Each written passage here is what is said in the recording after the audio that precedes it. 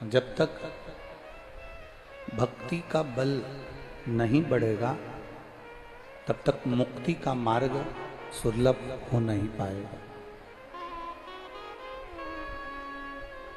अब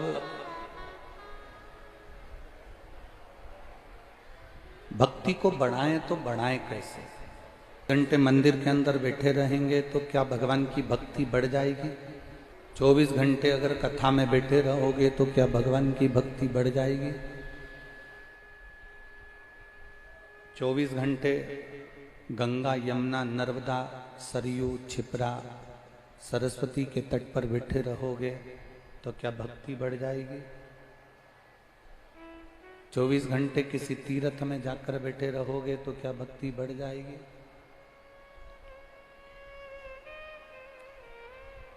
भगवान की भक्ति बढ़ाने के लिए 24 घंटे मंदिर में बैठना जरूरी नहीं है।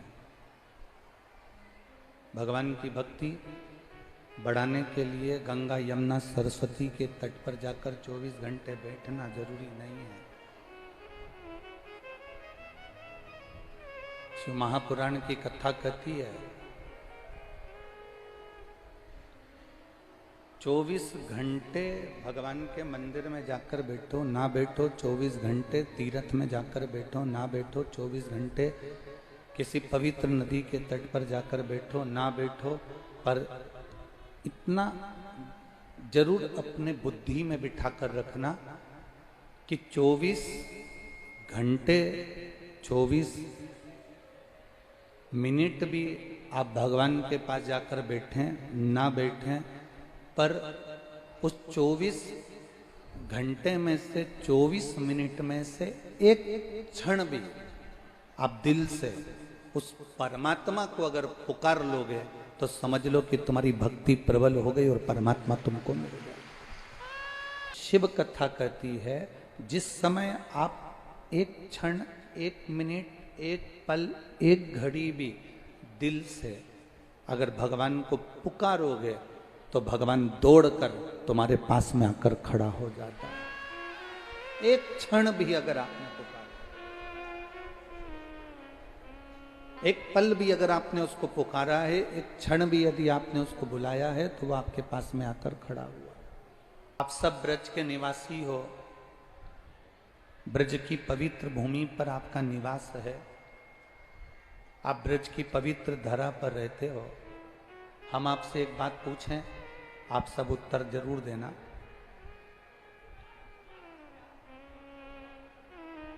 उत्तर दोगे सभी लोग? अरे बोलो तो जम के, दोगे ना? भगवान कृष्ण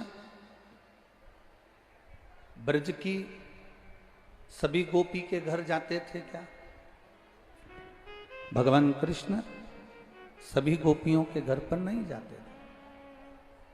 मेरे कृष्ण, भगवान कृष्ण सब गोपियों के घर पर नहीं जाते थे, पर जो गोपी आस लगाकर, विश्वास लगाकर भगवान के लिए माखन की मटकी बांध कर रखती थी और पूरे आस और विश्वास से भगवान को पुकारना चाहती थी, पूरे आस और विश्वास से भगवान को पुकारती थी कि मेरा कृष्ण मेरे दरवाजे पर आएगा। मैंने उसके लिए माखन की मटकी बांध कर रखी है, मैंने उसको चौखट को सजा कर रखा, मैंने उसके लिए दीप जला कर रखा, मैंने उसके लिए रंगोली बांध कर रखी है, मैंने उसके लिए सेज बिछा कर रखी है, मैंने उसके लिए साज सजा कर रखा है। जो गोपी आस और विश्वास रखकर भगवान कृष्ण को पुकारती थी, आस और विश्वास लेकर भगवान कृष्ण को पुकारती थी, भगवान कृष्ण सबके यहाँ नहीं जाते, पर जो आस और विश्वास लगाकर भगवान को पुकारता है, मेरा कृष्ण उन गोपियों के दरवाजे पर पहुंच जाता है। उसी तरह जो आस और विश्वास के साथ भगवान की अविरल भक्ति को पाना चाहता है, भगवान कृष्ण की, भगवान शिव की अविरल भक्ति को जो प्राप्त करना चाहता है, जिसके अंदर आस भी है, विश्वास भी है, भरोसा भी है, दृढ़ता भी है, और पूर्ण भरोसे के साथ जो भगवान को रिझा रहा है, भगवान उसके करीब में आ रहा है। शिव को क्या प्रिय नहीं है?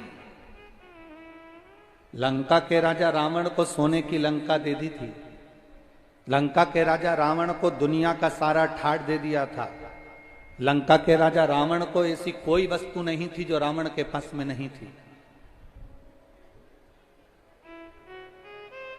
सब कुछ दिया। मेरे शंकर ने लंकाधिपति लंकेश को, रावण को दुनिया का सारा सुख प्रदान कर दिया। ऐसा क्या था जो बाबा ने नहीं दिया लंकाधिपति को?